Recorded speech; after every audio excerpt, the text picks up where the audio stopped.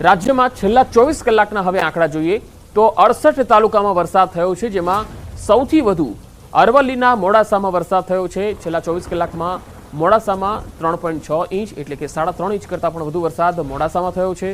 તો દાહોદમાં 2.6 ઇંચ જેટલો વરસાદ નોંધાયો છે, એટલે કે 2.5 ઇંચથી પણ વધુ વરસાદ છે। ઉમરપાડામાં 1.8 ઇંચ જેટલો વરસાદ છે, તો ગોધરામાં 1.5 ઇંચ જેટલો વરસાદ છેલ્લા 24 કલાકમાં પડ્યો છે।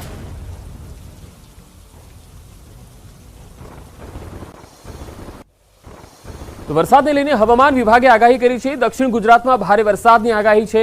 ભરૂચ, ડાંગ, તાપી સહિતના વિસ્તારોમાં ભારે વરસાદ થઈ શકે। આવતીકાલે પણ ભારે વરસાદની આગાહી કરવામાં આવી। डांग और तापी में भी ऑरेंज अलर्ट दिया गया है और जहां डे 3 की बात है वो सिमिलर रहेगा डे 2 की जैसे, और डे 4 में जो है उस थोड़ा सा एक्टिविटी गुजरात रीजन में कम होगी। दादर नगर हवेली और दमन में, नवसारी और वलसाड।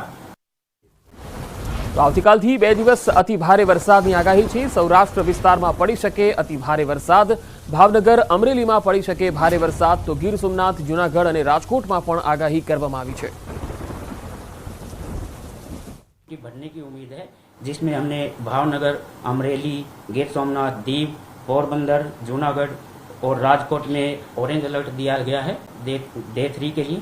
डे 4 में उसमें थोड़ी एक्टिविटी और बढ़ेगी, जिसमें एक्टिविटी द्वारका और जामनगर तक भी ऑरेंज अलर्ट दिया गया है। तो अरवली जिल्लाમાં રાત્રિ દરમિયાન ધોધમાર વરસાદ થયો। મોડાસા અને માલપુર તાલુકામાં વરસાદ થયો। ગાજવીજ સાથે મોડાસામાં વરસાદ વરસ્યો। માલપુરના રાજમાર્ગ પર નદી જેવા દ્રશ્યો સર્જાયા। અસહ્ય ઉકળાટ બાદ વરસાદ થતા વાતાવરણમાં ઠંડક ફેલાઈ ગઈ હતી।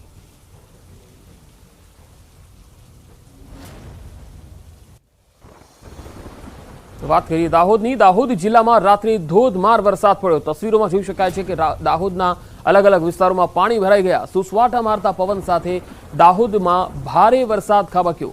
શહેરના ઘણા ભાગોમાં વરસાદી પાણી ભરાઈ ગયા, જેમાં ગોદી રોડ, સ્ટેશન વિસ્તાર, જળવિહાર સોસાયટી, ભીલવાડા સહિતના વિસ્તારોમાં પાણી ભરાઈ ગયા। રાત્રે દાહોદ, જાલોદ, લીંબડી, ધાનપુર સહિતના વિસ્તારોમાં ધોધમાર વરસાદ થયો। રાત્રિ દરમિયાન દાહોદ તાલુકામાં 1.5 ઇંચથી પણ વધુ વરસાદ ખાબક્યો। ફતેપુરા અને લીમખેડા તાલુકાને બાદ કરતા અન્ય 7 તાલુકામાં ધોધમાર વરસાદ થયો। જિલ્લામાં રાત્રે કુલ 5.2 ઇંચ જેટલો વરસાદ નોંધાયો છે।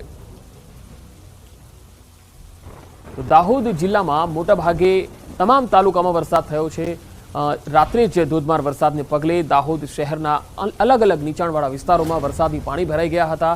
તસવીરોમાં જોઈ શકાય છે કે કેટલાક રહેણાંક વિસ્તારોમાં પણ અને સોસાયટીઓમાં પણ પાણી ઘૂસી ગયા।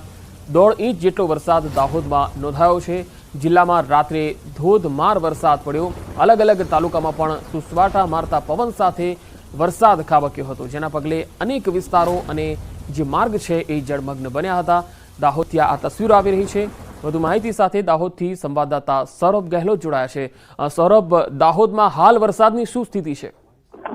ચોક્કસથી કહી કે જે દાહોદ જિલ્લામાં સાર્વત્રિક મેઘમહેર વરસી હતી, જો દાહોદ જિલ્લામાં 5 ઇંચથી વધારે વરસાદ નોંધાયો હતો। દાહોદ તાલુકામાં ગત મોડી રાત્રિથી લઈને વહેલી સવાર સુધીમાં 2.5 ઇંચથી વધુ વરસાદ નોંધાયો હતો અને તેની સાથે જે દાહોદના રસ્તાઓ છે તે પાણી થઈ ગયા હતા અને અત્યારે જે દાહોદના વિવિધ દુકાનોમાં પાણી ભરાવાની ઘટના પણ બની છે, જેને લઈને વેપારીઓ માં આક્રોશ પણ જોવા મળી રહ્યો છે। કારણ કે જે સ્માર્ટ સિટી અંતર્ગત લેવલિંગની કામગીરી કરવાની હોય છે, તેના કારણે જે આ પાણી જે દુકાનોમાં ભરાયું હતું, વેપારીઓનો પણ આક્ષેપ છે અને સાથે સાથે વેપારીઓ અત્યારે પાણી કાઢવાની તજવીજ હાથ ધરી છે।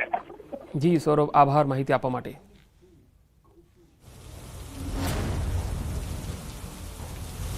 રાજ્યમાં વરસાદના આગમન બાદ જગતના તાતે ચોમાસુ પાકની વાવણી કરવાનું શરૂ કર્યું છે।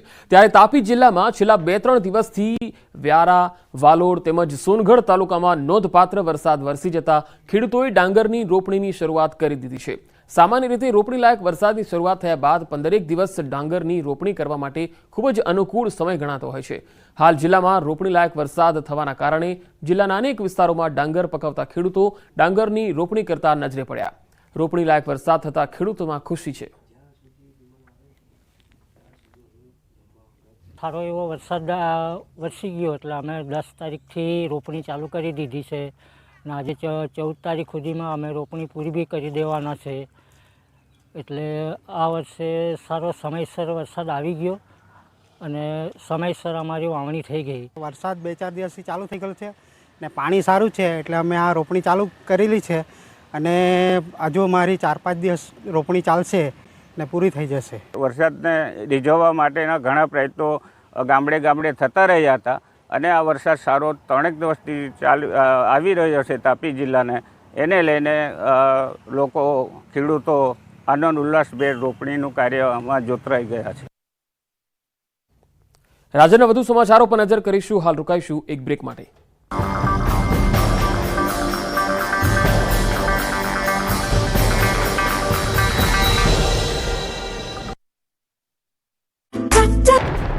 આગામી 5 દિવસ રાજ્યમાં ક્યાંક ભારે તો ક્યાંક હળવા વરસાશે. હવામાન વિભાગના મતે ગુજરાત પર 3 સિસ્ટમ સક્રિય થઈ છે. ગુજરાત પર સાયક્લોનિક સર્ક્યુલેશન, બીજી દક્ષિણ ગુજરાતથી નોર્થ કેરળ સુધીનું ટ્રફ અને ત્રીજી સિસ્ટમ વેસ્ટર્ન ડિસ્ટર્બન્સને કારણે વરસાદ થશે. હવામાન નિષ્ણાતના મતે આગામી 5 દિવસ વરસાદી માહોલ જોવા મળશે, જેમાં 15 જુલાઈની વાત કરીએ તો ભરૂચ, સુરત, નવસારી, વલસાડ, દમણ, દાદરા નગર હવેલીમાં ઓરેન્જ એલર્ટ આપવામાં આવ્યું છે. જ્યારે ભાવનગર, રાજકોટ, જૂનાગઢ, અમરેલી, બોટાદ, ગીર સોમનાથ, અમદાવાદ, મહીસાગર, આણંદ, ભરૂચ, વડોદરા, પંચમહાલ, દાહોદ, છોટાઉદેપુર, નર્મદા, તાપી, ડાંગમાં યલો એલર્ટ આપવામાં આવ્યું છે. આ ઉપરાંતના વિસ્તારોમાં કોઈ એલર્ટની આગાહી નથી. તો 16મી જુલાઈની વાત કરીએ તો પોરબંદર, ભાવનગર, રાજકોટ, જૂનાગઢ, અમરેલી, બોટાદ, ગીર સોમનાથ, ભરૂચ, ડાંગ, સુરત, નવસારી, વલસાડ, તાપી, દમણ, દાદરાનગર હવેલીમાં ઓરેન્જ એલર્ટ છે. તો 17 જુલાઈએ દ્વારકા, પોરબંદર, ભાવનગર, રાજકોટ, જૂનાગઢ, અમરેલી, જામનગર, રાજકોટ, ગીર સોમનાથ, ભરૂચ, ડાંગ, સુરત, નવસારી, વલસાડ, તાપી, દમણ, દાદરાનગર હવેલીમાં ઓરેન્જ એલર્ટ આપવામાં આવ્યું છે. 18મી જુલાઈએ જામનગર, રાજકોટ, ગીર સોમનાથ, અમરેલી, નવસારી, વલસાડ, દમણ, દાદરાનગર હવેલીમાં ઓરેન્જ એલર્ટ આપવામાં આવ્યું છે. જ્યારે અમદાવાદ અને ગાંધીનગરમાં ગાજવીજ સાથે થોડો વરસાદ થવાની શક્યતા છે. સમગ્ર રાજ્યમાં વરસાદી માહોલ જામ્યો છે. કાળા ડિબાંગ વાદળો વચ્ચે જોઈએ તેવો વરસાદ થતો નથી, પરંતુ હવામાન નિષ્ણાત અંબાલાલ પટેલે ગુજરાતમાં 2 દિવસ બાદ ભારેથી અતિભારે વરસાદ થવાની આગાહી વ્યક્ત કરી. હવામાન નિષ્ણાત અંબાલાલ પટેલે ન્યૂઝ 18 ગુજરાતી સાથેની વાતચીતમાં જણાવ્યું કે 14 થી 15 જુલાઈના બંગાળના ઉપસાગરમાં હલચલ જોવા મળશે અને સિસ્ટમ ગુજરાત સુધી આવી પહોંચશે. પશ્ચિમ ઘાટ વધુ સક્રિય હોવાથી 17 થી લઈને 24 જુલાઈમાં દક્ષિણ ગુજરાતના ભાગોમાં ભારે વરસાદ થવાની શક્યતા રહેશે. કોઈ ભાગમાં 300 mm એટલે કે 12 ઇંચ વરસાદ ખાબકવાની પણ શક્યતાઓ છે. દક્ષિણ ગુજરાતના ભાગોમાં ભારેથી અતિભારે વરસાદ થવાની શક્યતા રહેશે. તદ ભાગોમાં 300 મિલીમીટર કે વધારે વરસાદ થવાની શક્યતા રહેશે. દેશના જે પશ્ચિમ ભાગો છે એ 18 થી 25માં સામાન્ય કરતાં વધુ વરસાદ થવાની શક્યતા છે. જેમાં આપણે જોઈ ગયા કે બંગાળના ઉપસાગરના કારણે 17મી તારીખે દક્ષિણ સૌરાષ્ટ્રના ભાગોમાં તો ભારેથી અતિભારે વરસાદ થશે. સૌરાષ્ટ્રના કેટલાક ભાગોમાં લો પ્રેશરની અસરના કારણે ભારેથી અતિભારે વરસાદ થવાની શક્યતા છે. મધ્ય ગુજરાતના ભાગોમાં પણ વરસાદ થવાની શક્યતાઓ રહેશે. આ ભાગોમાં 100 થી 125 mmની વરસાદની સંભાવના છે. તો ઉત્તર ગુજરાતના ભાગોમાં 100 થી 125 મિલીમીટર